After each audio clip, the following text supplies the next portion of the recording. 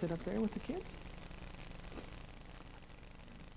Let's pretend that we're at the park and someone starts throwing sand and rocks at you and saying a bunch of mean names and doesn't stop.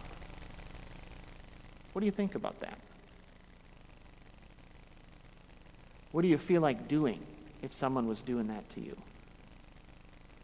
I bet you probably want to grab a fistful of sand or wood chips or whatever it is that the park has and throw it back, wouldn't you? And maybe say some mean names back. If we're going to be honest, we'd all probably want to do that, right? That's the way we'd probably want to respond. Well, the story today about King David involves a man who was doing that kind of a thing. King David and his family and some servants and soldiers were leaving Jerusalem because someone else was trying to take over the kingdom, and they had to flee. And there was this man who was following them, picking up rocks and throwing them at King David and his soldiers, and grabbing dirt and sand and throwing it at him, and cursing the king and saying all kinds of nasty things to him. Some things weren't even true. Well, David had a bodyguard. His name was Abishai. And he said, "King, how about I go over there and cut his head off?"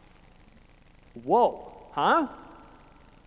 Well, King David knew that wouldn't be the right thing to do, and David said, "Look, no, leave him alone. We're not going to retaliate, okay? It's like if someone does something mean to you and you do something mean back, that's you retaliated, okay? But God doesn't want us to do that, does he? He doesn't want us to return mean stuff for mean stuff. And so what David did was he said, leave him alone, and they continued to march on their journey, and the guy kept following and doing it the whole time, throwing rocks at them and cursing them and all kinds of stuff. But you see, David illustrated for us something very important, that we are not to return evil for evil. David was going to let God deal with the situation. He wasn't going to let his bodyguard go kill the guy. You know, we may not face that kind of a situation, but maybe we're on the playground, right? And someone's throwing sand at us and saying mean things. God doesn't want us to pick up the sand and start throwing it back and saying mean things. You know, maybe there's a teacher or a parent that can help the situation, but God doesn't want us to start doing mean things back.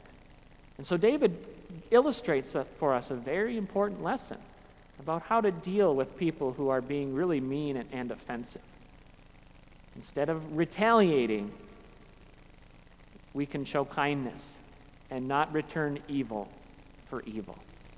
So we're going to talk more about this story, but remember that next time you're on the playground, if someone's throwing sand at you, don't grab the sand and throw it back, okay?